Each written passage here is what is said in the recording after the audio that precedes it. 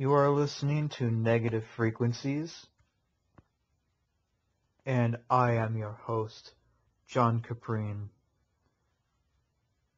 This is new, so welcome to my show. This would be our first episode.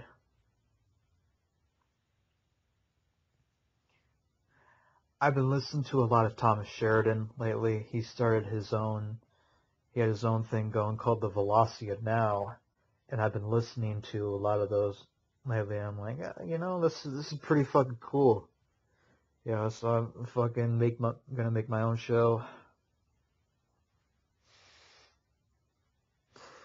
That was Cold Riser by Lamia Culta from the album Woman Scarred.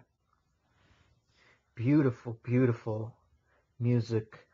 Awesome album. Great artist. She started out as a black metal band. She played black metal in Russia, and then Woman Scarred took a much darker, more melancholic turn. And then we haven't heard from her in a while, and then all of a sudden back in like 2016, 2017, she started doing collaborations with Corona Barathri, and if I'm correct, I believe she even sung vocals on the Corona Barathri and Michael Ford compilation, which is also another great album. I recommend that too. What we're going to be talking about tonight is some very dark shit, hence the dark introduction music. I talk about vampires and astral predators. Before I forget, I'd like to give a special thanks to Napoleon Fernandez for making a very informative Facebook post recently. Well, Napoleon Fernandez / Damien Dagon. If I hadn't remembered this post, I wouldn't never have thought of recording this show right now. You see, these aren't going to be like the Velocity of Now. These aren't going to be weekly. These aren't going to be consistent. They're going to be very random and chaotic. It's whenever I get the inspiration, whenever I have the will or spontaneity to record an episode based on what I already know or have, I'll do it. It'll be random. I'm recording this at night right now. It's 10:24 p.m. Eastern Time, where I am right now. And the Facebook post that this concerns is on black magic, demonic pacts or pacts with Satan in medieval lore.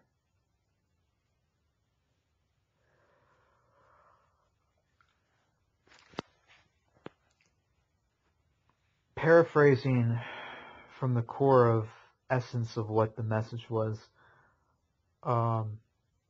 demonic pacts was a practical form of black magic sorcery that was performed and is illustrated with instructions on how to do it in the medieval grimoires. There are 5 essential steps to the creation and ratification of such pact.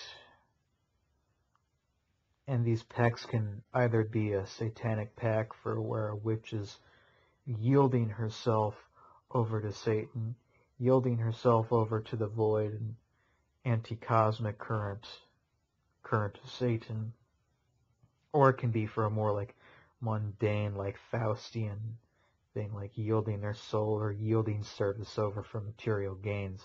And the instructions how to do so are such as this. First, the witch must know what she wants in her own head and must take several preparations for the ritual of ratifying and the summoning the pact.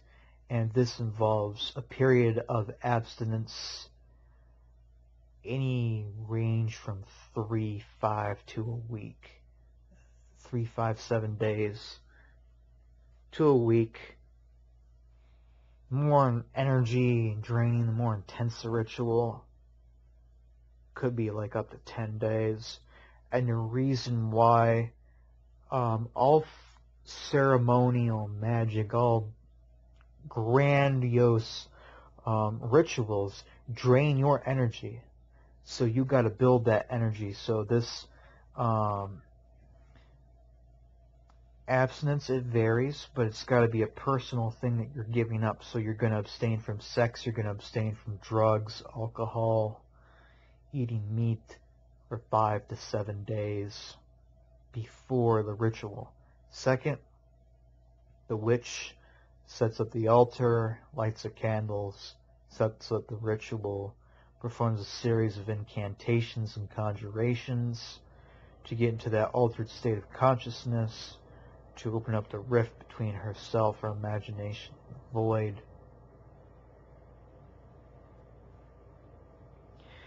And the ritual is officially begun. Then, the devil or demon or whatever spirit appears and interface, contact between the witch and the interdimensional entity has been made. Fourthly, the pact is finally laid out, the instructions, the terms and conditions of the pact, what is the witch giving up, what is she handing over to Satan, what is she handing over to this demon or this interdimensional entity, what is the duration of the pact. If there is no set duration, then it is just assumed that this pact goes for all of eternity.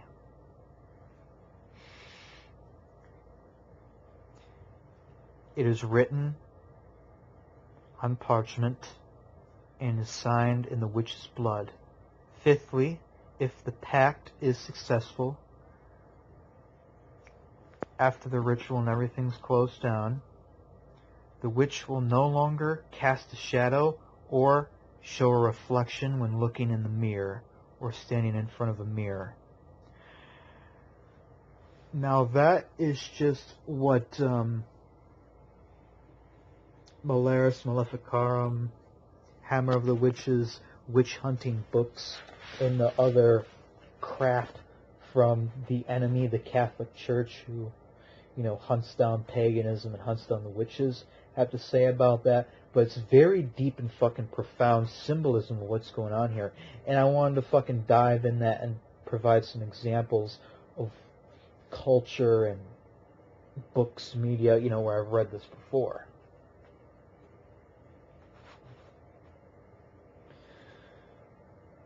So, where have I seen this before?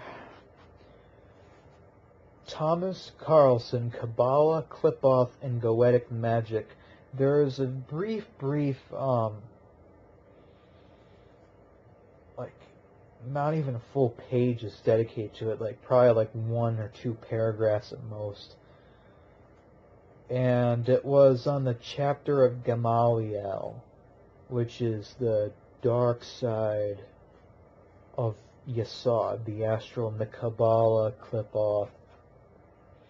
So Gamaliel, the Clipoff of Yesod, the Clipoff of the astral realm. And in this chapter, Thomas Carlson just doesn't give much more in a paragraph on what vampires are. And why they get burned by sunlight, why they don't cast a shadow or a reflection in the mirror, and such as this. because when someone commits to a life, an existence of spiritual predation, something happens to them, and they're no longer in this fucking physical reality. Well, the master, the adept of this, or even the slave who becomes completely consumed by this power and becomes enslaved by it.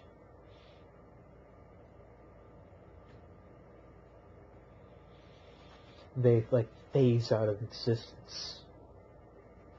And what happens is that they're dead. They're the living dead. They're no longer alive, in a sense. And their entire existence is an astral-based existence. They no longer have any physicality. Now, I really wish I could go into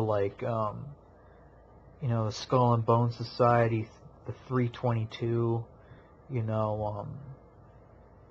those guys over there, like the Bushes and shit, they lay down in coffins or whatever like that, and then, they come out as vampires or whatever like that. But I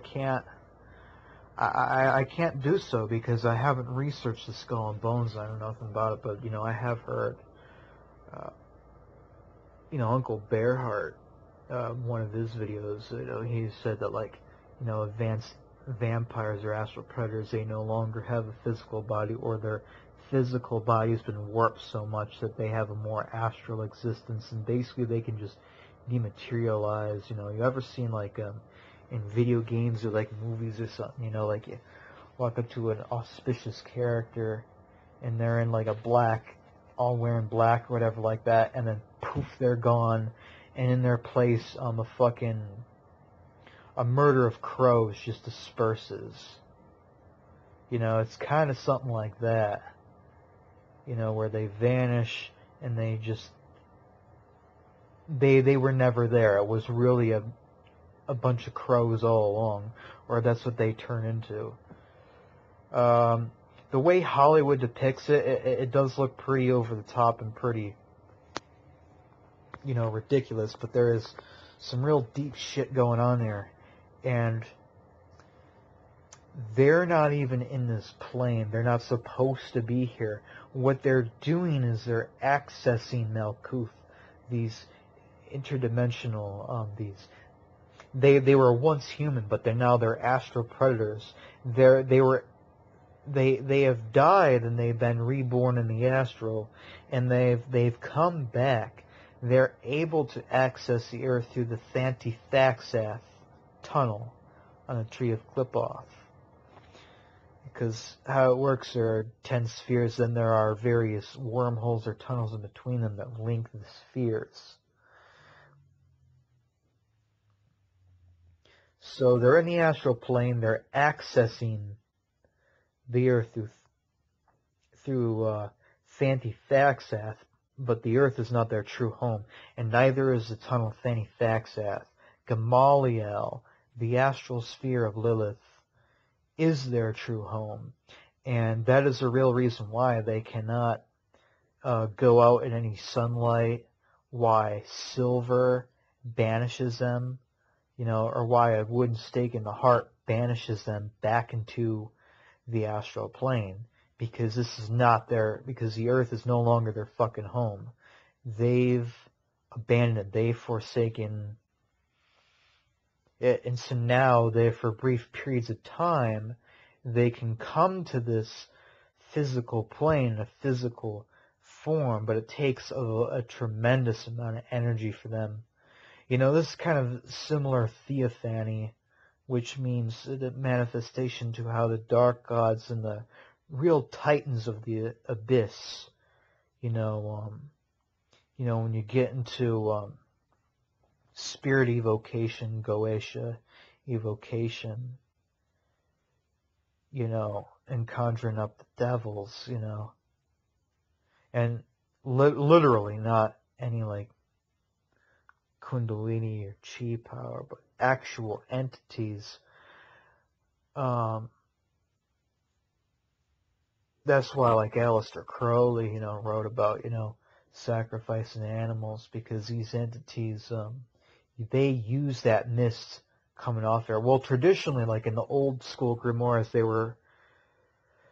there are living sacrifices to give them a temporary etheric body to take place, but Crowley actually said you can just use incense smoke. They'll use that incense smoke, and you'll see faces, you'll see dragons, you'll see fangs, you'll see claws, bestial, like werewolf type of things in the smoke. That's what these vampires are. They're like that. They're an illusion. They're not really there. And that's why when you turn on the lights, you turn on the sun, they're gone. And because of that, they're much less dense, almost like a mist presence. That's why they don't cast a shadow. I mean, I'm sure they do cast a shadow, but like, their shadow would be like a bunch of water droplets in the air, like a mist. Like, there's nothing there to cast a shadow. There's nothing there to see in the mirror, because they're really not here. They're really in the astral, and they're just projecting to this plane. At least this is Thomas Carlson's explanation of it. What do I think, though, about the part of someone selling their soul, and they're still alive in the flesh in a way, but they no longer cast a shadow or have a reflection in the mirror? I'll tell you, mirrors are not what we think they are. Of course, they reflect light back at us, but mirrors have very high and very important occult significance. They've been said to have been gateways or portals to other realms, or they reflect the nearest they reflect the nearest astral dimension back at us. Fuck, there is even a movie, a horror movie, a cult movie about mirrors there, called The Unborn. And of course, I mean, it had some truth to it, but it had plenty of bullshit. It was based in bullshit. The ending was bullshit. Spoiler alert, if you want to see this movie, go ahead, stop the video right now, but you're not missing a whole lot there. Basically, this kid or something, or like this pregnant woman, is being haunted by the spirit of a Jewish child who is killed in the Holocaust, or some demon like using that suffering, using that engram imprint of that suffering to basically try to come into this world. And the rabbi of the demiurge Yahweh comes in and saves the day with this bullshit Dayside Kabbalah and his archangels and all that, light bullshit. But why am I talking about this here? Is that in the movie, this entity was getting into the reality field through the mirrors, and what ended up happening is the dude who was getting haunted, he was instructed by the rabbi to cover up all the mirrors, and he does exactly that. He paints every mirror, even like shit that isn't mirrors, like windows and like glass, anything that can like cast a reflection. He paints it with completely opaque, with fucking just thick paint, so it won't have a mirror effect to it anymore. Now, what does that have to do with selling your soul there? Well, the true black magic in there, and I'm going to quote The Enemy, someone I really, really don't like, and that's Leaf S. Levi. Now, Eliphas Levi says that the only true sin is spiritual suicide, which is essentially embracing the clip-off, embracing basically the path of individuation. And yes, I just invented that word. It's not gibberish. Okay, individuation is when you're creating yourself, you're building yourself up, you're becoming more and more, you're coming more and more into this reality field. Individuation is the exact reverse of that process. And basically, Gnosticism, anti-cosmic Satanism, and void worship are the same thing. It's basically death worship. And you are individuating yourself. You're becoming less of yourself. You're emanating back into the void. And the way I describe that process, illustrated as kind of like an hourglass soul, is that most people on the path of magic and the right-hand path of the light, they're coming more into this being, like a flower budding. Okay? Now, the Satanist who is seeking the second death is seeking the reabsorption of his essence back into the absolute, back into the gaping, yawning Gaguna gap, back into the void. Picture that budding flower, okay? But just press a rewind and just press a rewind on it, and it folds back in on itself, That's what the Satanist is doing, is going back into hell. He's folding himself back up, basically spiritually imploding and just leaving a nuclear blast in his wake. The soul has gone supernova. Now, Eliphas Levi is saying that that to embrace this path, you're killing your higher selves, you're killing your planetary selves that exist on the Citra Kedusha, on the Dayside Kabbalah, and you are cultivating, strengthening the selves that exist on the Dark Kabbalah, on the Clip-Off tree. So you're killing your angelic selves, you're killing your light selves, and you're feeding your demonic selves. But even the demonic selves are just means to an end. They're going to be all annihilated and absorbed by the void in the end too. So you're just doing it as a means of the end. You're becoming more and more wicked and satanic. You're opening up a Stargate, and you are the Stargate, and basically becoming like a puppet, becoming a hollow shell, a cadaver. And very few people can do this without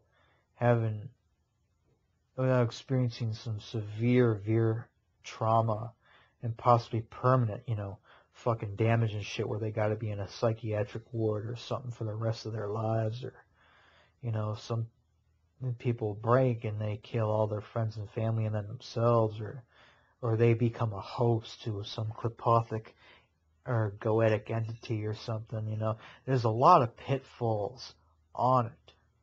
Now, the Fireborn, they're a causal spark. Their causal fire replaces all that they have killed.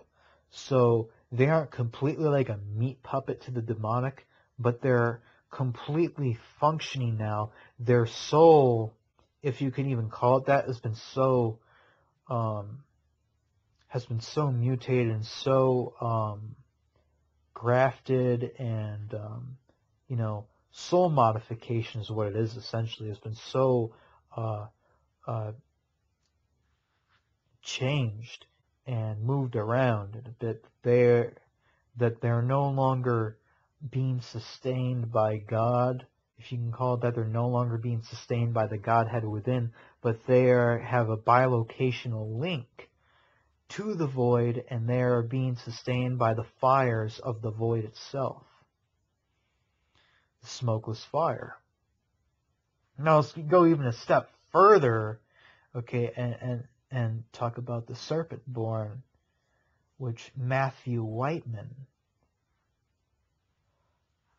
author of Kitve Kodesh HaKol, Volume 1. That is the only Matthew Whiteman book I have. He's also wrote Songs of Samael, The Serpent Shidger of the Nakash el-Ashur. Haven't read that one yet. And he mentions that the serpent-born are able to actually survive this individuation, and not only are they, they're not a meat puppet of the void, but they actually transcend that altogether. They transcend the liminal boundaries between self and other, and in a way, they become a completely new creature. Now, that is the apex Satanist. That is the,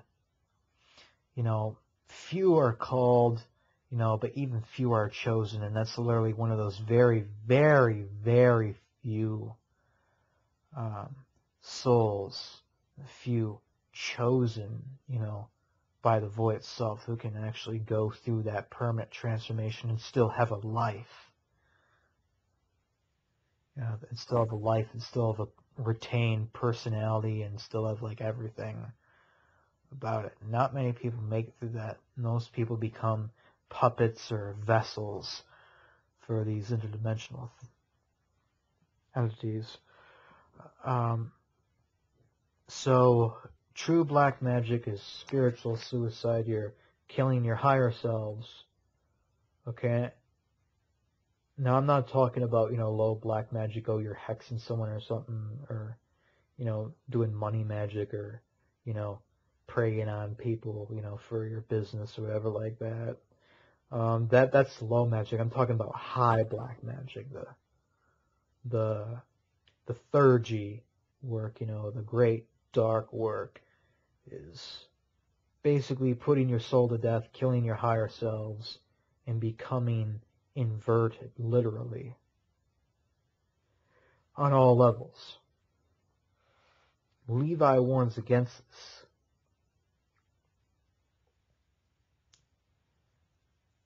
Now, going back to the pact, okay, if everything I was just talking about is true, okay, and you go into the fucking mirrors and how they connect to the different worlds and shit, when you make that pact that's successful, and these entities do take a big part of yourself, then they take away, suppose that they take away the part of yourself that lives in the mirror world.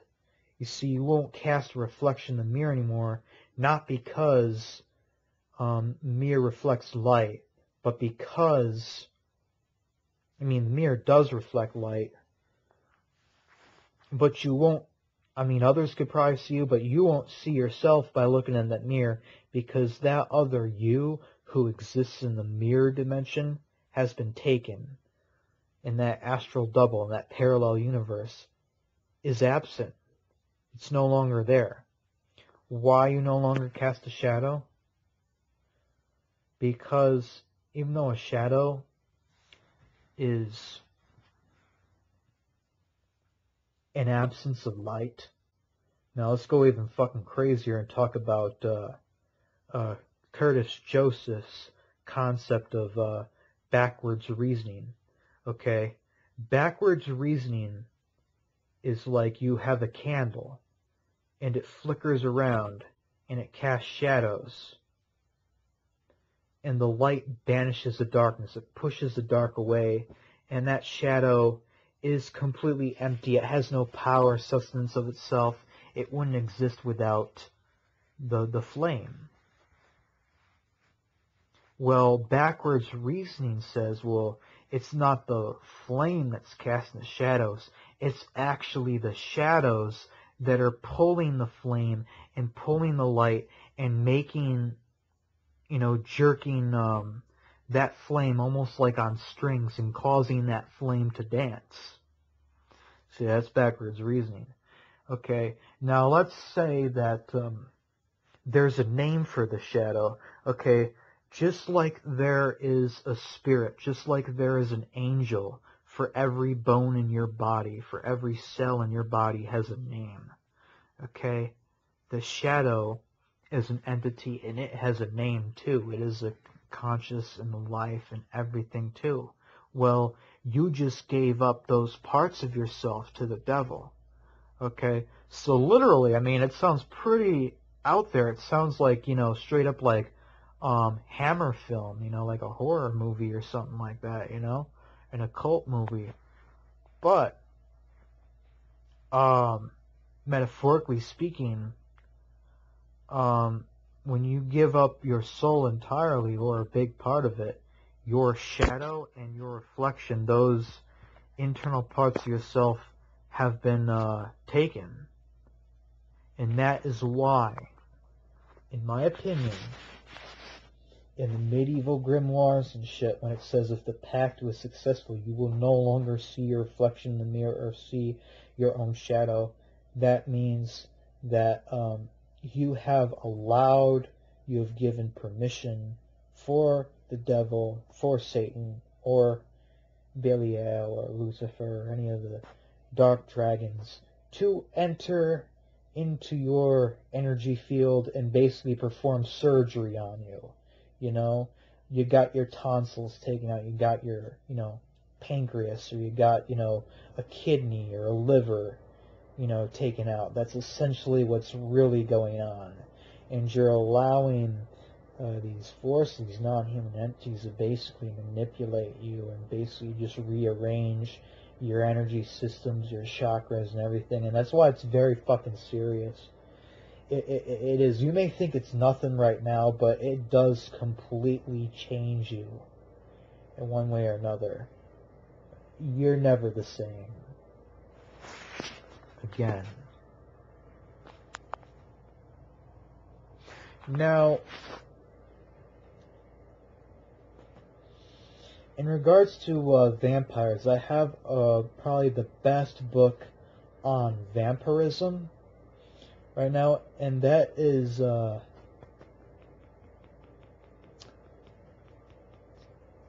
I want to say the best grimoire, the best hardcover, foil stamped grimoire on vampires and vampirism that is not a Martinet Press title, that is not a soft cover, not any of the A. Moraine material. I'm not putting that down or saying that's bad or anything. I never even read it yet, but I'm saying like an actual practical grimoire on that, and that is Sacerdotum Umbrae Mortis, Death's Shadow Priesthood by Giles de Laval.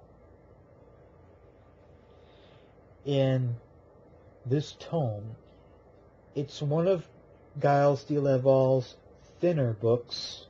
It's only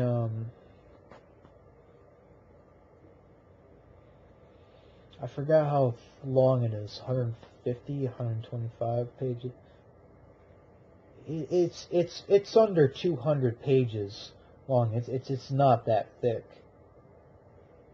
But as a practical system of initiation into the Klepoth and to the Canaanite Death Shadow Ravenants, the Canaanite vampire priests of Canaan.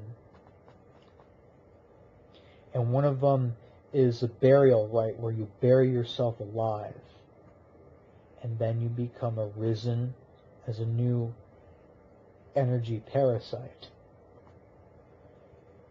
I want to talk about that, the burying yourself alive there. I've been thinking about this, and I've been wanting to do this for a while now. Not so I could come out and become a vampire or any of that dumb shit, even though that would be fun. And if I did turn out to be a vampire, I wouldn't abuse it. the power, because, you know, we're trying to transcend the bullshit. We're not trying to become enslaved to feeding off everyone else's energy, and then when we die, oh, we can't leave Earth. We're stuck here, and we gotta fucking feed, because that's where all the food's at. I'm going off topic here. Basically, the self-burial is a death and rebirth of the individual. He lays himself down in a coffin, or he says you can use a closet even, you can use a wicker basket with a lid on it. But the most effective and also most dangerous way, you put yourself in a box, you lower yourself 1 or 2 feet under the soil, 3 feet if you want to be extra good, and you lay a bunch of soil on top of you, and of course you got to have a breathing tube on there so you don't run out of oxygen, and you're wrapped up in this burial shroud almost like a mummy, so to minimize movement. And the whole point of this is the sensory deprivation. You know, like very similar, they got the sensory deprivation flotation tanks, where you basically go and you lay in a vat of brine, fucking salt water, you know, and they close the lid over top of you at a very dim light, and it would slowly go out, and it was all black, and you'd lay naked with nothing in there, no sound, no music, no sensory stimulation, and this is supposed to trigger a psychedelic experience. Now, in my honest opinion, even though I've never done this myself, I've never floated, and I've never been buried alive, from what I've read about the flotation tanks and the self-burial is that basically the self-burial rites were the old school equivalent of the flotation tanks. Think about it. Before they invented flotation tanks and they wanted a psychedelic experience, they did not, even think of, floating in a dark, capsule. So they buried themselves alive instead, and it produced the same results. Because think about it, you're surrounded by total darkness, you're immobile when you're buried alive, or when you're in the flotation tank, you're floating. All 5 of your senses completely cut off. You have no external reality to feed into your mind and tell you what reality is.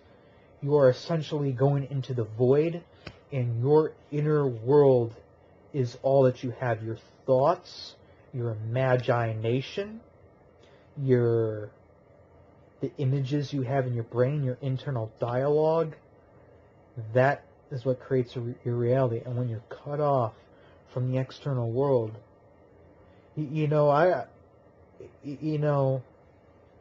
how many of you daydream, right? Right, you daydream, okay?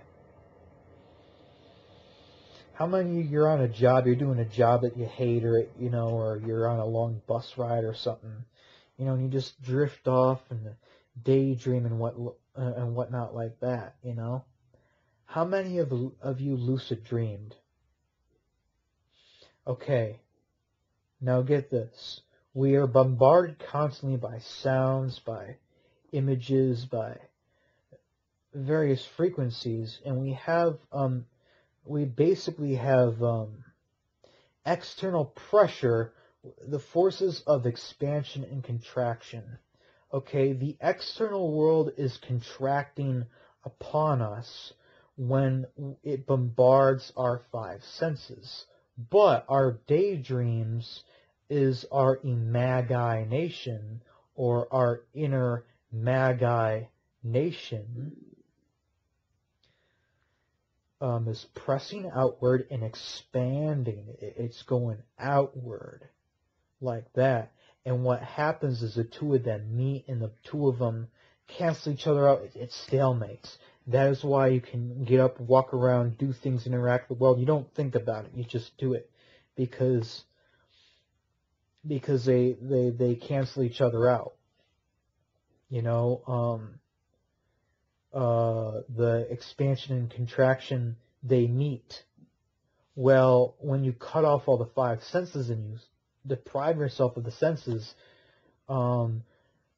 your inner world, your inner creativity is no longer stifled, okay?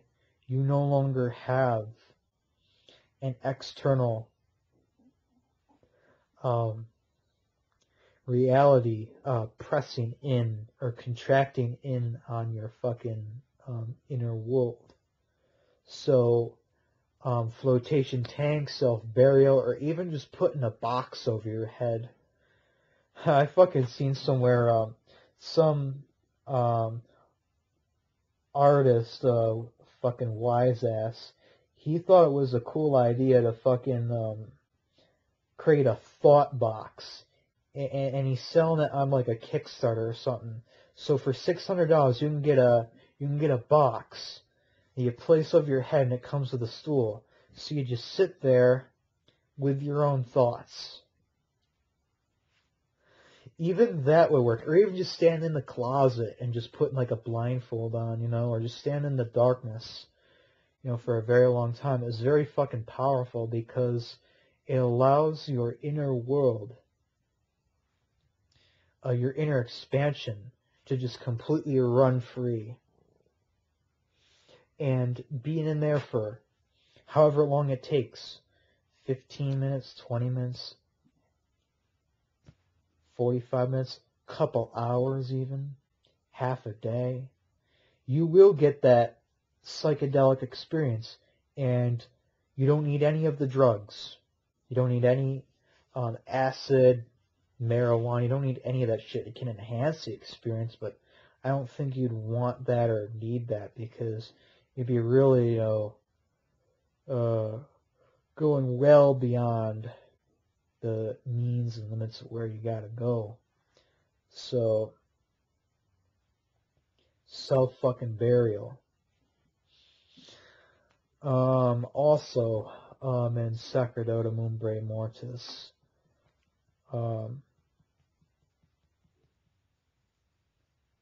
it talks about the 11 tribes of Canaan and the 11 dark Canaanite priests, or the 11 vampires who rule the demonic houses, and their qliphothic correspondences. Very, very cool stuff. I'll get more into it on my Giles de Laval negative frequency episode. So what I want to do is I want to do where, these shows where I talk about certain topics, and then do something very similar that I did to the Goat Lodge with like the audiobook things, where I'm not going to be reading audiobooks, but I'm going to be talking about the books in my occult library. So I'll do, a Mark Allen Smith video. I'll do a Frater Cafirfos Diabolic Gnosticism video. I'll do a Giles de Laval video where I'll talk about his books. Whatever y'all want to hear. I mean, if you want to hear it and it's in my library, I'll fucking open it up and talk about it in front of you. Moving back onto the topic here. Okay, what's the difference between werewolves and vampires? I reckon it's very similar to the Predator versus Parasite. And really, when you get down to the brass tacks of it, parasites and predators are similar. They have a similarity, but there is a degree of separation between the ethics, ethos, and methods of how they go about and do what they do. Okay, so a predator, a large cat or a wolf or something like that, it's quick, it kills, and it takes exactly what it needs. A parasite also takes exactly what it needs, but over a much slower and long period of time. The parasite keeps its host alive for the longest duration that it sees fit, and then it either leaves the host or it kills the host when it sees the host is no longer useful to it. So, werewolves shapeshifting into an animal, that is very fucking real. And I've experienced something like that. I mean, I've had a dream before where I was like a werewolf, and it was in first person. And I was in an office building, and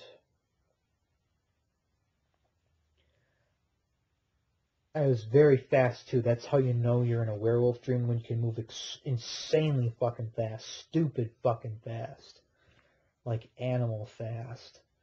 I fucking ran up the wall or something.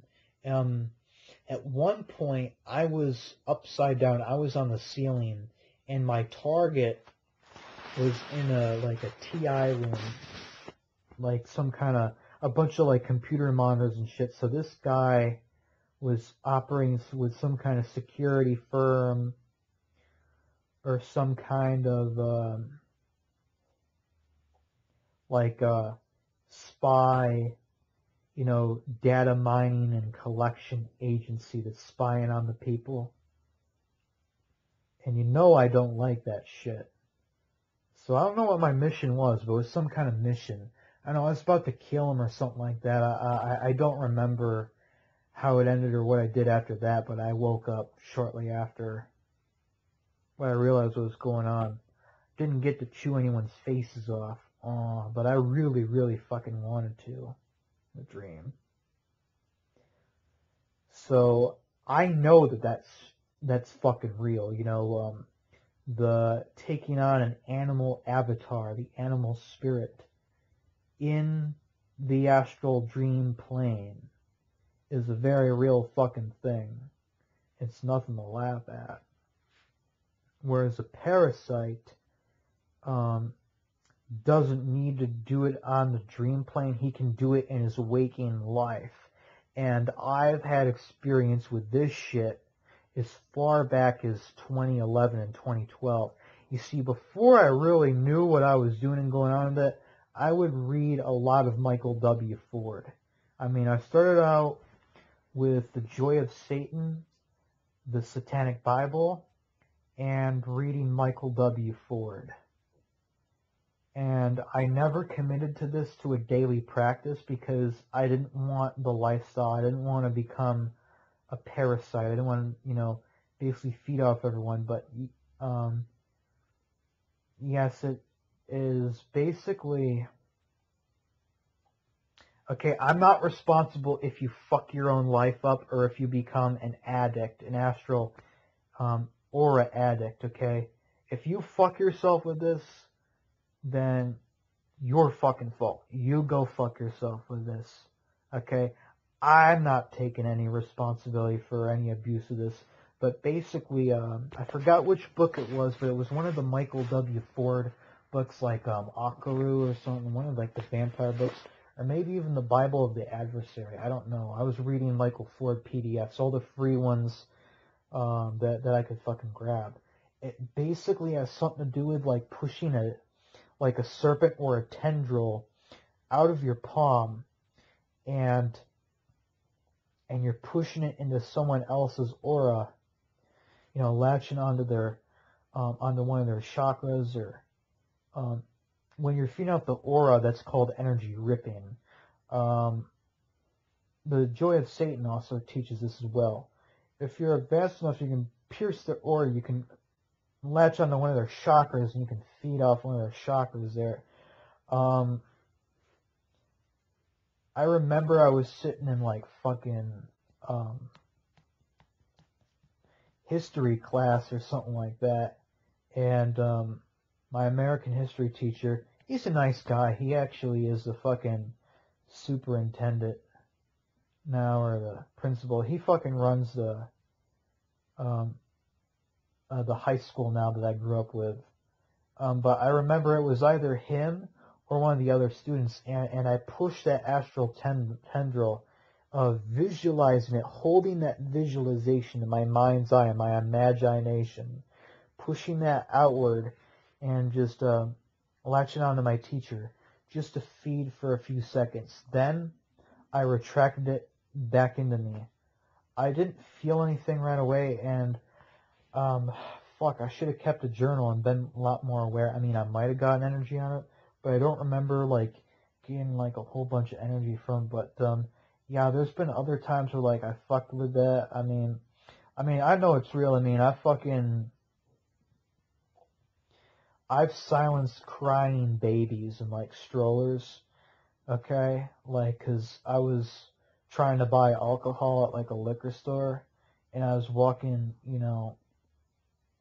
down like a fucking like a strip mall, and there's a screaming like kid, and I hate screaming kids. I mean, it's not that I hate children. I don't hate children, but I hate their behavior, and I'm very easily agitated. Okay, I'm quick to anger, and you do not want to anger me, because that is when I let my shit out of the bag. Literally my fucking snakes and everything.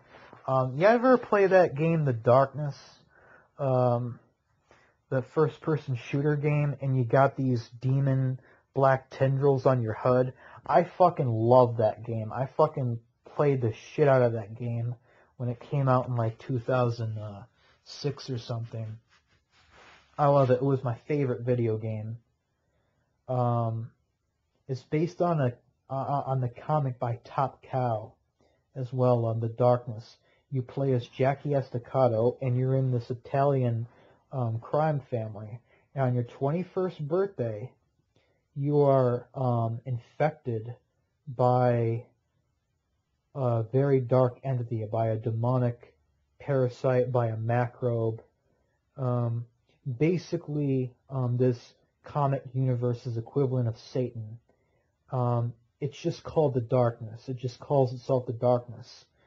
And you get these powers, and these demonic tendrils are actually part of your heads-up display. So you have a gun in each hand, a pistol in each hand. You have these tendrils and things. You have these two dragons. They come out of your shoulders. And by the way, Jackie Estacado's character was based off Ozzy the Haka from Persian mythology. So I got into the Ahriman shit too, both through Michael Ford and the Church of Ahriman. So I've played with that too before. The Darkness 2 is much better because you got what's called quad wielding, so you can have a handgun or a submachine gun in each hand. You can slash actually with one of the dragons that's coming out of your shoulders, and you can like grab onto like a car door or something. It was almost like a shield, and then shoot your guns through the window, fucking hole of the car door, and then just like throw it at people. It's so badass. Quad wielding. I've had The Darkness 2, the second game, with the one with the quad wielding since like 2013, I want to say 2014. Yeah, 2012, and I fucking still have it ever since. I went back to it and played through it a couple of times. It's very linear. It's much more linear than the first game. The first game lets you, wander around New York City in the subways and everything like that. The Darkness 2 is a much more linear game. But it's still very good. It's still very great. Anyway, go check out that game out. Just type in The Darkness gameplay or The Darkness 2 Xbox gameplay, and then come back to me. Okay? So what ended up happening is this kid's like screaming,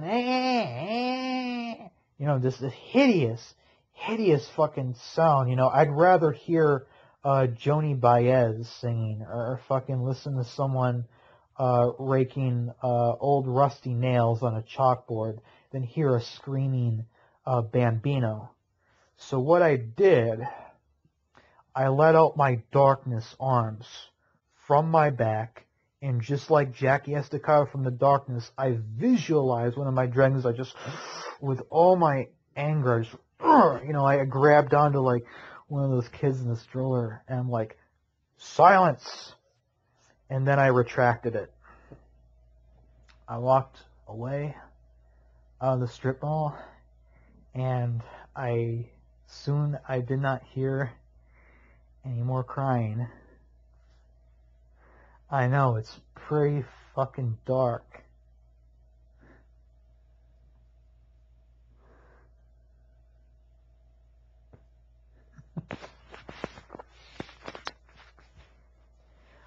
I gotta better learn how to control it. Because it's very real.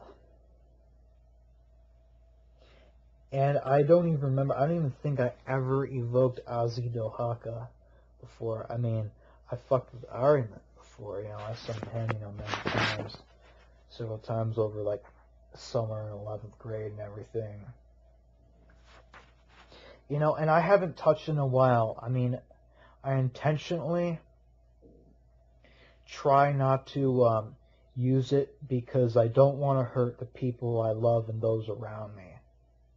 I mean, even like when I'm around my friends or I'm around people, I try to go into my imagination. I try to scan the area, and if there's any like, if my tentacles, if my shit is like fucking piercing through me and flailing about, I make a conscious effort. I do everything I can to like retract those back into me, and then what will happen? I'll see them pop back out, wiggling about, and then I'll have to just pull these tentacles back into my being.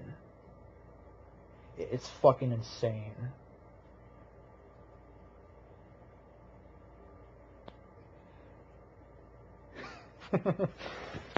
Man, it's just fucking real. I mean, I wish it wasn't. I mean, my life is a fucking Lovecraftian novel. It's a fucking horror story.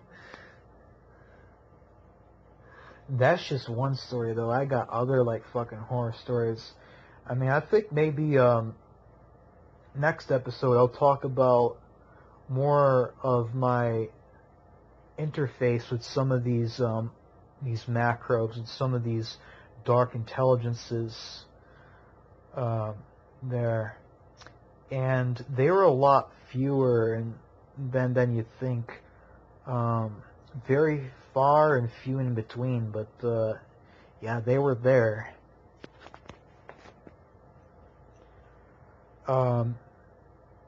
So the truth is, we have all this shit.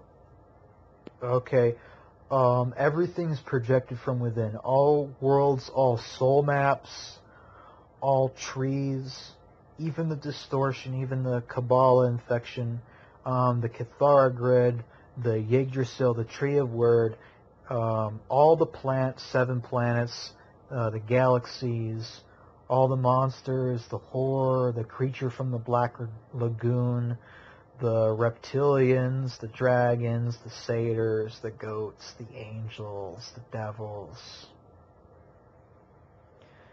the slippery, slimy snakes, the eels, the werewolves, and Jackie Estacado / Ozzy Dahoka's Darkness Arms, even those two.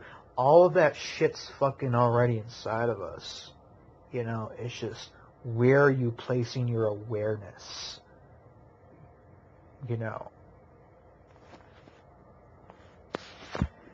So I really fucking veered off topic. I really went fucking... I did not. I just wanted to talk about fucking werewolves. I didn't think I was gonna fucking tell that story ever. But you know what? This is a channel of truth. I mean, I don't want to bullshit you. I don't want to hide, anything from you. And as I go along, you're gonna hear more stories, unpleasant ones, and you can feel free to hate me over this. You can not be my friend over this, You can even fucking raise your magical sword against me. Because I know I'm making a lot of enemies right now. I don't fucking care what I am to you now. I don't care. I'm not worried about that.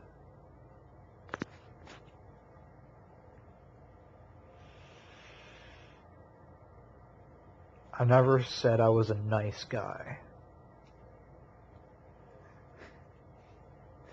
So anyway, Parasite feeds through other people, feeds on other people. As long as that host is of some kind of use to them, it keeps them alive. Now the werewolf, the predator on the other hand, the predator owns himself, though. The predator just follows the basic laws of, nature, and he eats meat, he kills and takes what he needs from it. The parasite is not given that honor, not given that freedom. So like the predator is free, the predator is wild, and the predator is noble. The werewolf is free, but the parasite is the same thing, but through various degrees of separation on the inverse. So the parasite, is a slave. The parasite has no honor, no limits. There is no bottom. There's no, how low can the parasite sink? The parasite will sink forever. The parasite is more like an aberration of nature, a distortion of nature's laws, and distortion of the animal kingdom, because the parasite is a slave, cannot live on its own, has to have a host. Also, parasite hates its host. It has a very militant fucking alien hatred for its host. And you want to know why I think the parasite has such a hatred for its host? I think the parasite has such an alien hatred for its host because the parasite knows that it's a slave, and the parasite knows that it is not free, and that it will never be free. It will never have the freedom to run wild and roam free like the wild dogs, the goats, and cats of the forest, and of the plains and plateaus, and of the grass and valleys. And just by luck, or just by the unfortunate of falling victim to the host, the parasite has no life of its own. It cannot live its own life. It's living through the host. It is essentially a phantom. It is a hollow shell of a entity. So there are very similar reasons why the archons, why the graves, and why the angels hate humankind, because we have the divine spark of Sophia, or we got that prime mover, or we got that absolute center of being, the absolute Godhead within us, and we have the ability to create and do things that they themselves cannot do. So you see, microcosm and macrocosm, very, very small, very, very big. And I've been told by Seth Boza that the fucking macrobes and the microbes are working together synergistically. So, bacteria, E. coli, salmonella, flesh-eating bacteria, staph infection, up to the, Jehovah and his archons, his alien things. They're all working together, and therefore all forms of death and disease and suffering are alien and unnatural to this world. It does not exist on its own. It had to have been brought here by the biggest monster of them all, Yahweh Jehovah.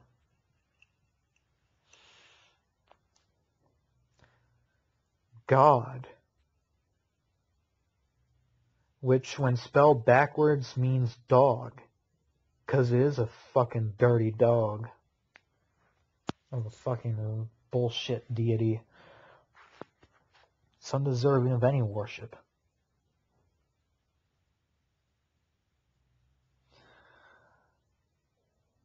So before we end this program, I'd like to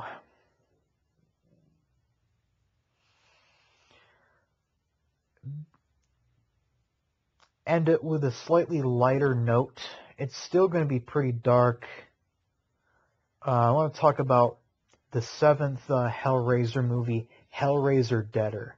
And you know, if you know me, you know I'm a fucking fan of Clive Barker and the Hellraiser films. And I'm a fan of fucking Doug Bradley as the Hell Priest, as Pinhead. I really wish that Doug Bradley didn't quit the Hellraiser movies, or they didn't drop him, because he was the perfect fucking Pinhead Hell Priest. And they can't replace him. I don't care who's playing the Hell Priest now. If it's not Doug Bradley, it's not Pinhead.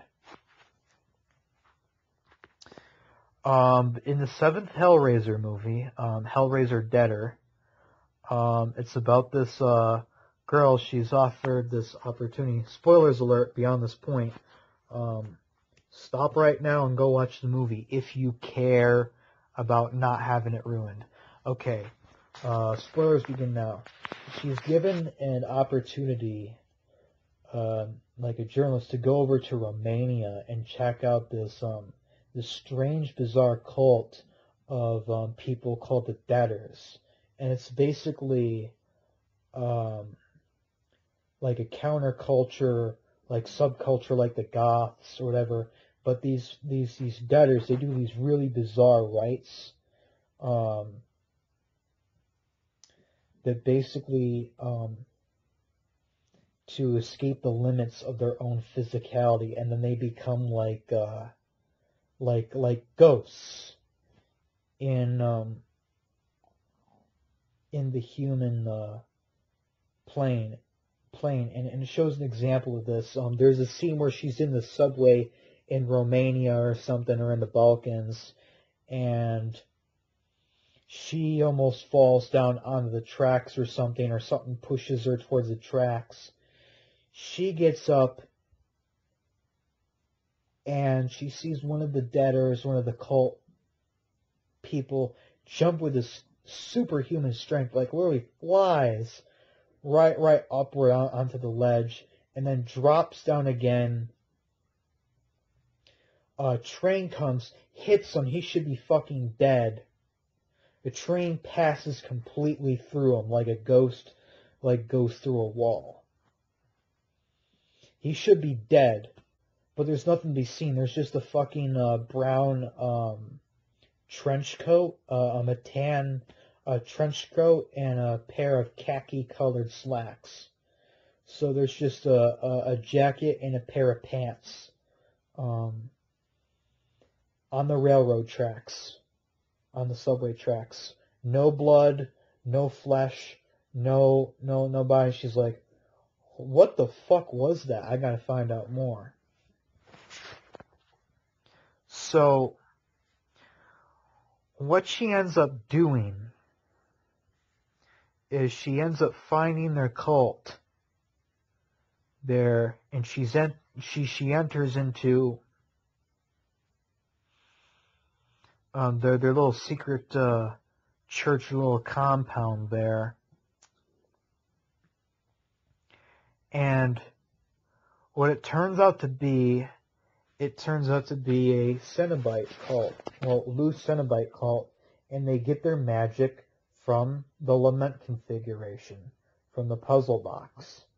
And what they do this bizarre ritual where they basically tie herself to the bed and basically do like a human sacrifice, where they stab the person in the heart, kill them, but then the cult leader resurrects them immediately, and then when they come back to life, They no longer have the limitations of the physical body.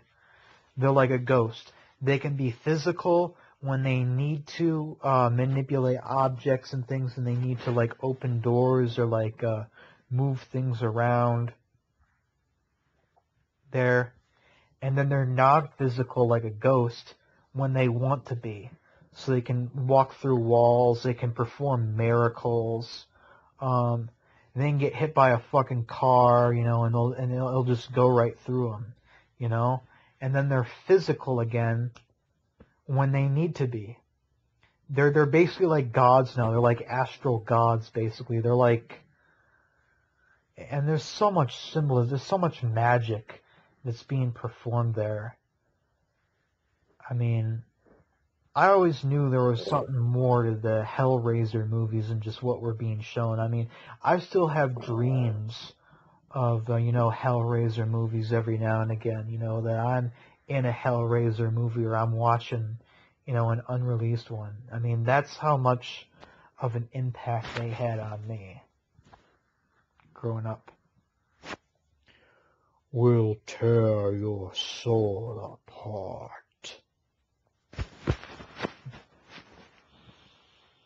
So, I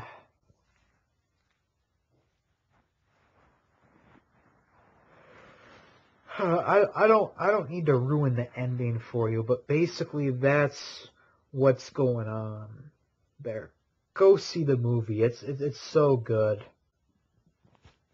These people are essentially vampires. They transcend the limits of, well, physicality, and now they're phantoms. They stalk the earth.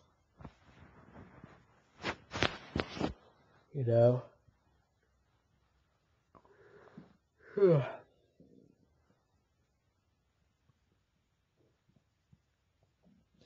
Very, very cool stuff, everything. I had a great time, a hell of a time recording this for y'all tonight. I enjoy making these types of podcasts, these types of videos. There's going to be more to come, but don't expect anything, you know, every week even, or like every month even. It's going to be on a fucking spontaneous, as it comes basis. So I hope you're all doing well tonight. Okay. Or having a good morning, or wherever time you are, you know, listening to this right now. I hope you're having a good time. This is pre-recorded. Okay, so by the time it's uploaded, it's already a few days old there. It's, you know, it's not going to be, you know, live or anything like that. I don't have the technology or the capacity to do live yet. Any requests, any shit you want me to cover, fucking type it in the comment section below. Okay, and remember, whatever name or attachment you want to put on the Prime Mover, on the Gaguna Gap, the Prime Wound, Prime Creator, Prime Mover, the Spirit, the Void, remember, just know that, remember that you are that. You are it. You are the Supreme Being. Every god and goddess already lives inside of you. You have the power within. You are the Supreme Being. Do what thou wilt. Hail Satan. And like I tell to some of my brothers and my students when I end a conversation, stay wicked, do bad shit, and terrorize the astral tonight. Wicked dreams to y'all. I have one more tune for you.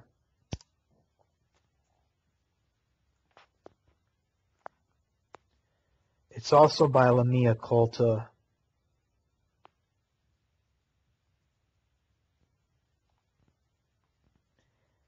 FFF. Also taken from Woman's Star. I had to start over for you. Sorry about that. Shouldn't have talked.